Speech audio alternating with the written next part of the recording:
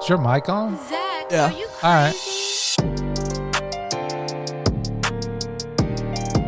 Welcome, everybody, to the Magnetico podcast. Let me turn this intro music down a little bit. This is your host, the one, The only. Jason. I'm here with my son, Kole. What's going on, everybody? What's good? Hey, I forgot to ask you. Can we talk a little bit about your baseball experience? Yeah. All right. Because, we let the listeners in when we was in Florida, what happened back then, and like all the, the trying out and everything. But you're in your junior year, Cliffside Park, New Jersey. All right. Just give it a location. That's okay. People know, Cole. They follow you on the socials. You know what I mean? Yeah. So, we'll get into it. But we got to talk about what just happened. Florida Gators knock off the defending champions, UConn. And we're going to go on to win the national championship. Walter Clayton from Bartow hits a big three at the end of the game. He's him. All right. Yeah, he is. Walter, he's that guy. He's that guy. I was excited when we first got him 2 years ago, and I mean, it's paying off. Man, Florida's good. Yeah, we're really good. What's your guy's name? I know his name. I just want to see if you know his I name. call him Red, but he ain't got red hair. I don't know why I call him Red, Yeah. but I call him Red. What's his name? Thomas Hall. Thomas Hall. That's my guy. I like him. No, the whole team, they do a good job. I'm a little upset about St. John's. I ain't gonna lie to you. Yeah, I mean, I put some money down. I put $10 on St. John's. I put $10 on the Gators. you must not know who Boogie Fland is, man. $10 on the Gators pays me $55 if they win the national championship. $10 on St. John's paid me $550. So I'm a little upset about St. John's not coming through for me. But it is what it is. Who right now, Cole, do you think is going to win it all? The Gator. I mean, I know you're going to say the Gators. Yo. Turn down our mics. Turn down the mic? Or my headphones. Okay. My bad. Is this your headphone? Yeah, your turn up a little bit. Right there, good? Yeah, That my good? bad for that technical difficulty. Your finger was just like Yeah, you zoned out. And No, I'm trying to. I had my finger on the wrong button. I That's was all trying good. to fix mine, and that was But yours. who do I think is gonna win it all? I'd be stupid not to say the Gators. Maybe Duke. I mean, you wouldn't be stupid, but right now, Auburn beat Creighton, so I Auburn think. Oh, Auburn beat Creighton. What was the score? 82-70. So Auburn plays Michigan next. Michigan State or Michigan? Michigan. I think Michigan State can go far. Duke's playing Baylor as we record. You got Oregon and Arizona coming up. BYU beat Wisconsin, so BYU advances, and they're waiting on the St. Mary's and Alabama matchup. I think Alabama might. Yeah, I that's think they're what- gonna go to the Elite Eight. Alabama. Then you go to the Florida Gators section. Colorado. I like what Florida's like because they're waiting on Colorado State, Maryland. Maryland's a good team. They got Derek Queen who played on Montvert last year. Yeah, Maryland's good, but I think Florida can handle business there. Texas Tech advanced against Arkansas, who beat St. John's, who I Wait, had what? going. Yeah, Texas Tech plays Arkansas. Oh, I thought you said they beat Arkansas. I was No, Texas Tech plays Arkansas. Okay. Arkansas beat St. John's is what I was trying to say. Yeah. 75-66. So, yeah, out of that, the bracket for the Gators is looking good, but you really think the Gators are going to make the Final Four? 100%. I mean, to get into the Final Four, we just have to win our bracket. And like you said, I think our bracket is probably the weakest out of everybody, excluding us. And I don't watch too much college basketball, but I think I know the Gators are a really good team. We've been proving it all year. So Yeah. I think our biggest test in our bracket is going to be Maryland because I think they're going to win pretty convincingly. Who'd you have winning on your brackets that you feel like? I made a good amount of brackets. I think I made like 8 or 9. Now, let me ask you this. When you make these brackets, did you actually submit them to something? Nah, it's just for fun. No, you got to do the actual submitting. I got to be ESPN. 18. I got to be 18 for that. Do it under my name, Cole. You could win money. Like on this bracket, on my Florida bracket, I'm at 92%. I'm in the 1.6 million rank. But on my Michigan State bracket, I'm 799,000. I'm in the top 799,000. I have 96% correct. Okay. But I did say Louisville was gonna go to the Elite Eight, so yeah, that was pretty bad. So college basketball is happening now while we speak. We'll move on from college basketball a little bit. We'll get into What you want to get into right now? What I want to get into? Yeah. You know what? I'll help you out, Cole. Let's get into the Mets starting rotation. Oh, man. Is what I saw right? Listen to this. Opening day rotation, bearing any last-minute injury. Starting day opener for the Mets. We all know Clay Holmes is going to take the mound. He's the number one. Tyler McGill, pitching second. Griffin Canning, our number 3. David Peterson, number 4. Kodai Senga, number 5. Why is Senga 5? That's what you're my expert, Cole. I don't know. So is this right? What who I'm said saying? that? Who said that? I mean, this is just a Mets, this is a legitimate Mets page. I think they're probably still nursing Kodai's injury. So Kodai's been hurt a little bit? I mean, obviously over the past 2 years, over the past year, I mean, he's been like battling the injury. Like, what was his injury even? I don't know. It was what took him out last year for a long period of time. But I think they're probably still just trying to make sure he's 100%. I think that's probably why he'd be 5. I don't know why he is 5, but if I had to guess, it's probably what it'd be. A lot of people. And is Manaya's injured? They didn't even have Manaya on there, bro. Yeah, I know. I think he's injured. So yeah, they may not have him in there right now because of that. But it did have. Let me see if I can get to the regular picture. Yeah, it's not even showing Manaya because I guess he's injured. But a lot of people, Cole, are making a big deal about Lindor's slow start in the spring. Yeah, I mean, he makes slow starts. He started slow last year, finished second in MVP. He was batting $180 through April, and then May throughout October he was going crazy. So I asked you before we started, could we talk about like your experience or whatever? You are a baseball player, and you hear your father, and I'm not the dad. I hope I'm not the dad. So you can like tell me if I'm not this way. But I'm not the dad that puts a lot of pressure on you, I don't think. So do you agree or disagree? I agree. Okay. I'm not the dad that's like, make sure you do this. I'm not that guy, right? Yeah. I try to always play everything even keel. Even what you're going through now, you guys are playing like 8 scrimmage games. I'm like, it's spring training. Like, your average doesn't matter. How many RBIs you have doesn't matter. If you pitch, it doesn't matter. It's like, what are you getting out of it? Like, you pitch for the first time on Saturday, you were throwing strikes. Doesn't matter how many hits you gave up, how many runs you gave up, what the score was in the game. None of that matters. Like, you were pitching. You're throwing strikes. You're around the zone. You're working on your mechanics. Same thing at the plate. So moving that from high school baseball to Lindor, who is a perennial all-star. Not last year. He wasn't even an all-star last year. Okay, he wasn't an all-star last year, but what did he finish the year at, right? Yeah. Like, he's a bona fide, could be MVP player year in and year out of his career. Yeah. So, and I try because you're my son, always try to be like, don't worry about it.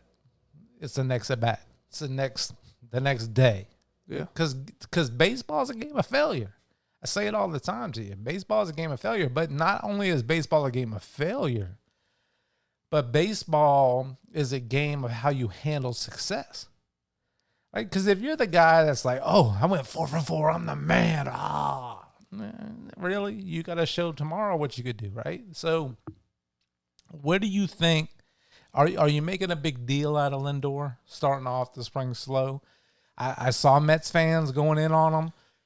Mets fans always like take a little and run a mile with it. Like, correct. They take a small sample size and say, oh, he's a very bad player. Nah, that's how Mets fans have always been. But I take it with a grain of salt. Like, I see the positives. Like, he starts it slow, but he usually picks it up towards the end when it's more important. So do you have any concern as a Mets fan right now with Lindor's early? No, right? No, it's spring training. He's He hasn't played baseball since October. Or he's Francisco. He's probably practiced, but like he hasn't played in games since October. And so I asked Donna to order it. It didn't get done yet.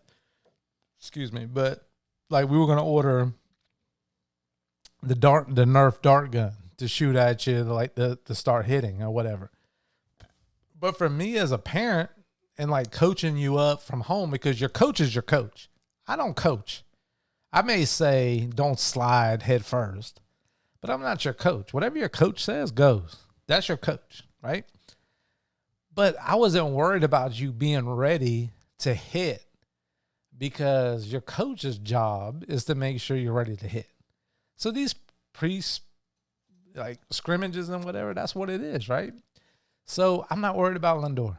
He's going to be fine. When the cameras roll and it's time to go live and the first game of the season, he's going to be ready. If he starts out of the gate slow, guess what? It's baseball. It's a game of failure. Yeah. And Lindor always finds the way to compose himself. Because he plays in New York, so he hears the boos, right? Yeah, of course. You're gonna hear the boos. Like it's not like it would be if he was playing in like.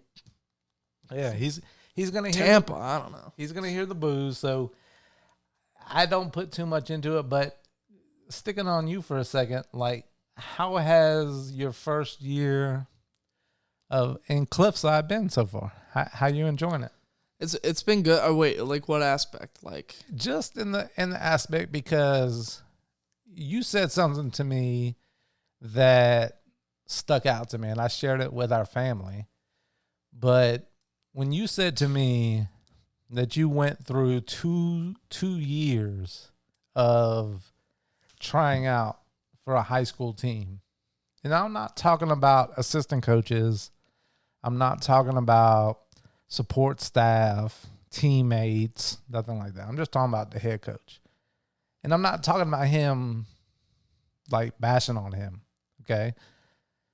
But you said to me, I went through 2 years of fall ball, summer. Oh, first year didn't count. I just went to tryouts. But you went to tryouts in the spring. Yeah. So you went spring, didn't make the team. Summer, fall, spring, and then you were one of the last cuts. And the coach said to you, what's your name again? No, it wasn't the head coach. I told you this. Okay, who was it? It was the assistant coach. It doesn't matter. It was one of the coaches didn't know who you were. What the hell was that? Something just dropped by you. Oh, it was a SD box. So he didn't know your name. But it affected you. It affected you. It did. It's okay that it affected you, because I look at it like every single, like you don't have the experience as an athlete, as an adult, to watch the Olympics. And when you watch the Olympics, one of the great things about the Olympics, Cole, is you get to watch the story of the athlete, what they did to become what they were, right? Yeah. And you haven't had that experience yet to see, oh, he went through this and then he became that, right? To hear my son say that and then go to a new school 1,000 miles away, try out, everybody, who's this guy, whatever, and make the team in whatever capacity it is. Whether you're a bench player, starter, DH, pitch every once in a while, whatever capacity it is, you're playing high school baseball right now, okay, at a high level. And then on top of that, you had to go to your grandfather's. This was so cool for me, that you got to go to where your grandfather played high school baseball. Union City. Cold as hell. I ain't never been so cold in my life, Cole. This school was built on top. The field was built on top of the school. They built a baseball, football, lacrosse, soccer field on top of the school. March in New Jersey, it's cold. It's 40 degrees. The wind's whipping. Oh, the wind was bad that day too. You're getting to play there, right? And I want to share something with you. I was a little emotional that day because that's where Pop played. That's where he grew up for his 2 years. He went to school there for 2 years before he moved to Brentwood. And when I got there, I didn't know where to go, right? I pulled in behind the bus. I'm like, where do you park? Because if you don't know the area, like, you just can't park anywhere. Like, you got to find parking, and everything had residential parking. So I followed the signs. I finally found a parking garage. And I go and I park in the garage. And this Latin guy, I don't know if he was Dominican, Puerto Rican, whatever he was, but he was parked there. He offered me a drink. Me and him sat in the parking lot, had a drink together. He did not speak English. No English, Kole. No English. So were you speaking Spanish to him or what? I didn't speak. I said gracias. He offered me a Stella. That's bad. He offered me a Stella. You said gracias? Ain't that thank you? Yeah. Okay. He offered me a Stella. Just the way you said it. He offered me. Listen, I don't have that. Yeah. He offered me a Stella. I said gracias. He opened both of our Stellas. We cheersed each other. I said cheers. He said to me, do you speak Espanol? I said no. We cheersed, and then he started speaking Spanish to me. And then I started answering him in English. And he spoke in Spanish, and I answered in English. He spoke in Spanish, and we drank a beer together. And when that got done... Wait, when was this? This was the day of your game, before I walked out to the Union City game. I shared a beer with a gentleman in the parking lot who was gracious enough to offer me a drink. And we didn't speak the same language. He was going to the Cliffside game, so I'm assuming he was a Union City parent. Oh, yeah, they were all speaking Spanish, too. Okay. We had a beer together. We talked. Didn't understand each other. Had a great time. I felt like it was Pop having a beer with me. I felt like when I walked by myself after I was thinking, like, I don't know what we talked about. Like, we just shared a beer together. We laughed. The whole time we were laughing. Just cutting up. But I don't know what he said, and I don't know if he know what I said. I felt like me and Pop were sharing a moment in that moment. And then to go to the game and watch you go up to bat and have a couple of bats and get a couple hits, right? Yeah. A couple of hits that game. It was just a great experience. So you had that pressure on you of this is where your grandfather played. You felt that a little bit. I said, make Papa proud today. Yeah. That's what I told you that morning, right? Yeah. So it was a great experience for me as your father, but you're the one carrying the weight of that. Yeah. Because you're the one having to go out there and do that. So first of all, as a father, what you've been through in your freshman year, sophomore year, and I can get into, because I've coached high school sports, a lot of times high school coaches don't really realize the impact they have on athletes and how much that moment means to the athlete. Because they get caught, because I'm not talking bad about anybody who coached you at Barta at all.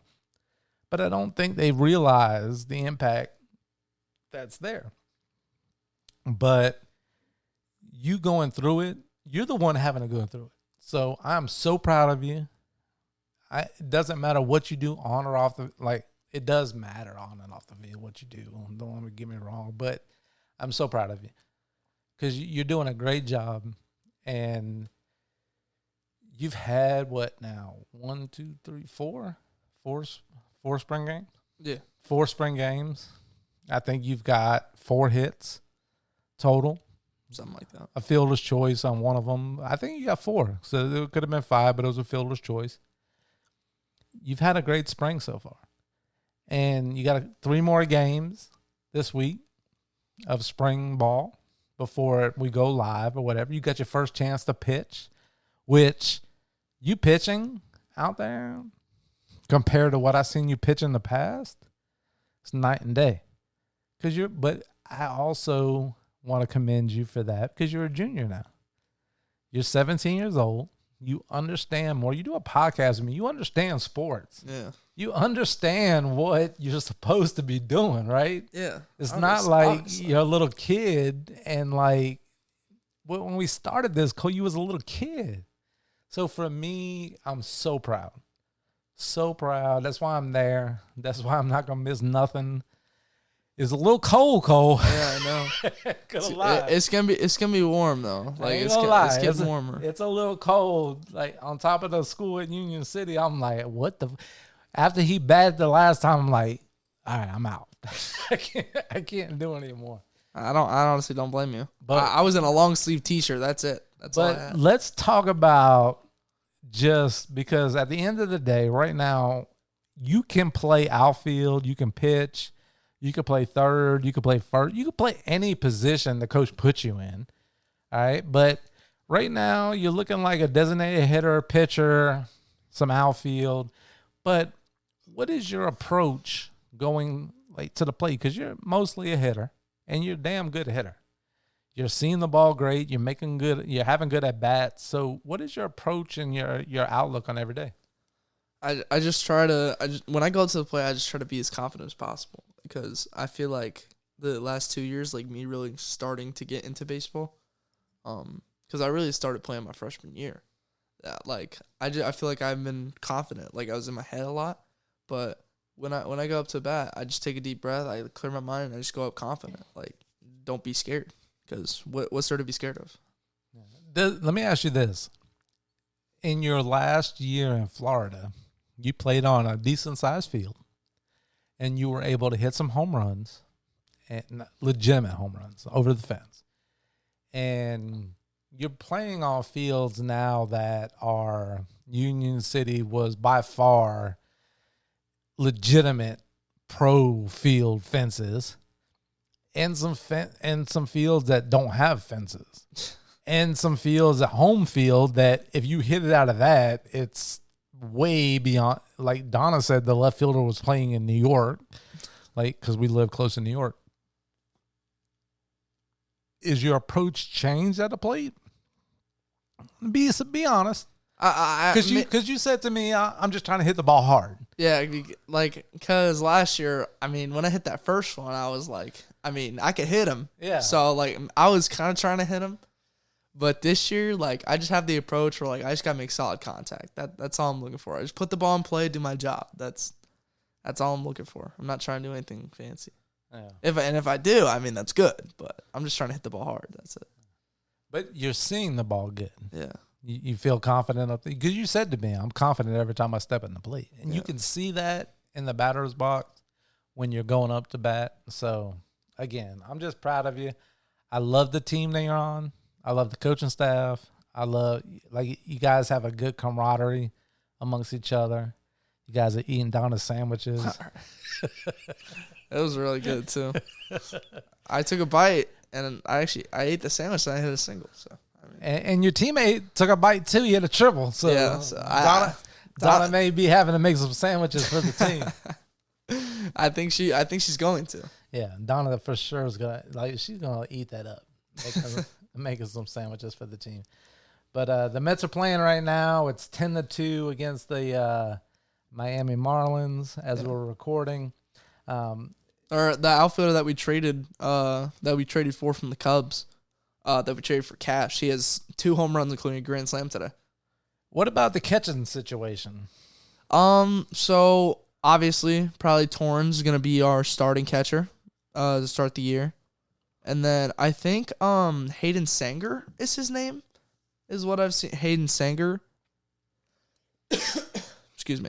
Yeah, it's just going to be a battle for the backup catching situation. I mean, Torrens is going to be every day, hopefully, unless, God forbid, something happens to him. But he's going to be every day until Alvarez fortunately makes his way back, and that's basically it. Do you still feel like the Mets have a good chance of winning the division? That's tough. Probably in the most competitive. Let me not say that. One of the most competitive divisions based on top 3 teams, because Nationals, Marlins, they aren't in the mix. But Braves, Phillies, Mets. That's probably that's a very competitive division. To be honest though, as much as I hate to say, I don't think we're gonna win it this year. I'm confident that we can, and we can definitely. But if we're going on like my prediction, I don't think so. I think the Braves, when they're healthy, are one of the best teams in the league. And the Phillies, they're always going to be regular season good. I don't know about postseason, though. But with the Braves, do you put the Braves starting pitching? Is it because of starting pitching? Probably. They've got some young guys as well, Schwellenbach. They've got guys that can fill their rotation with injuries, as well as the Dodgers. But, that's all another story. The Dodgers are on another level, I feel like. But, yeah, and they're getting Strider back, and they've got, I almost said Max Fried. I meant Chris Sale. Chris Sale just won the Cy Young at his ripe age of 37. So they've got the starting pitching, especially with Strider back. So you're looking for big things. Father's Day, we're going to a Mets game. You want me to get tickets now? Yeah, I mean. Father's Day and your birthday. What day is that? It's a Sunday, June. Well, yeah, but we got to see who we play, though. It doesn't matter, bro. It's Father's Day. We got to go to a Mets game. The Sunday games is Blue at home? Does Blue mean home? Yes, I think so. I think Father's Day falls in line with the Tampa Bay Rays. I think it is the Tampa Bay Rays. Yeah. So, you want to go to that game? I mean, I'm down. Rays aren't the best team, but I'll see if I can get you tickets that you can buy me. And then my birthday. You got a lot of cars to wash before then. That's true. My birthday, we're going to be in Cincy. The Mets are going to be in Cincinnati. No, I mean, but you're looking for a game around there. Yeah. Around your birthday. We got Phillies. Phillies will be good. Phillies, August 20th. I think, August 25th to the 27th. That might be good. There's no games in September. I mean, there's got to be some. I mean, the September 1st through 11th, we're away. So we got 3 straight away series. Oh, damn. We can go to Philly on the. Listen, we're not that far. I'm not going to Philly, though. I ain't going to Philly. That's crazy, dude. No. Do we play Boston this year? Probably. If we play Boston. The Philly Stadium is beautiful. Look up the Philly Stadium. It's a beautiful stadium. I know the Philly Stadium is beautiful, but I ain't trying to go to Philly for nothing. Yeah, I mean. Oh, yeah, we do play Boston away. May 19th through 21st. That's what I want to see if we can get tickets to. That's a Monday, Tuesday, Wednesday. I don't care. I'll take off of work. We gotta go. We gotta go to Boston. We gotta go to Fenway, man. Yeah, Fenway. Mr. Tony, he needs us to go for him. We just gotta check the schedule. We need to get Mr. Tony to come here, stay with us. We go see the Mets in Boston. That's his team. We just gotta check the baseball schedule on that one. I mean, that's gonna be tough. How you feeling about your team this year, going into your junior year? You guys got a lot of talent. Wait, what are we talking about here? Your high school team. Oh yeah, I mean, I think we're gonna be very talented. Oh wait, our season might be over by then. By the time we play Boston. Yeah. Well, it's May 19th is the May 19th, 2021. That's the Red Sox series, and our season ends May 17th. Actually, there's going to be state games and playoff games, so probably not. Right. Anyway. I expect you guys to be in the playoffs. Yeah, I think we will. State games. So. We have a solid team. I think we're going to be really solid. We're going to compete in leagues. We got a tough league, I've heard. I haven't really seen. All right, so I know your teammates, some of your teammates listen to the podcast, maybe some coaching staff. I would love for us to have some of your teammates on, maybe your coach on, talk about the upcoming season, and talk about other things going on in sports. One thing I wanted to get your take on real quick before we wrap this show up is the NBA. As the NBA is winding down right now, I saw something the other day. I don't even care about the NBA. Now, you're a big LeBron guy. I like LeBron. I just met Mr. Constantine, who lives at the end of the street here. He's from Romania. He told me that Michael Jordan is by far better than LeBron. Well, I'm not worried about Mr. Skaggs. He's got the best yard on the street. So right next to us. All right. Yeah, right next to us. We're top 5 for sure. But Mr. Constantine next to I forget the guys at the beginning of the block's name, the one that watches the street. Yeah. You know what I'm talking about. Yeah. But yeah, he told me that he thinks that. I don't care what he said, man. I don't care about Jordan, man. I don't care about that. Do you think that the Lakers and Cavs could possibly meet in the NBA Finals? Why? I don't listen. The Cavs have had a very good regular season stretch, but I think when it comes to postseason time, I don't think they have enough experience. They're a young team. I feel like their number one option, Donovan Mitchell's, he's good, but I feel like he's inconsistent. I feel like that they don't have enough experience in the postseason to be able to get far. Like it seemed like the Celtics. The Celtics are a very good team. When healthy, even when they're not healthy, they're a very good team. The Knicks are up there as well. I'd say the Bucks, but they're pretty inconsistent as well. I would love to say the Magic, but I mean we're pretty. The Magic even have a shot at making the playoffs. Yeah, we're the 8th seed. We're in the play-in right now, but yeah, I mean injuries have riddled us terribly. We play the Lakers tomorrow, actually. So you don't think the Lakers and Cavs will meet in the? I think the Lakers have a chance. I mean, the Cavs have a chance. I'm not saying they don't have a chance, but I feel like the Lakers could make the playoffs over Cleveland. Like you think the Lakers have a better chance of making the finals than Cleveland Cavaliers? The best team in the NBA all season long. You putting Lakers? LeBron. All right, Bruno. I ain't gonna go there. But all right, bro. I think the Lakers. Listen up. I think the Lakers have a better chance of making the NBA championship than the Cleveland Cavaliers. I've said it. You can book it. You can write it down. You can write a square. Lakers at 5. Thank you, everybody, for listening to the Magnetico podcast. We'll be back next week to see how the Gators are doing, how Kole's continuing his spring training. I don't even know what I just said about write a square. Peace.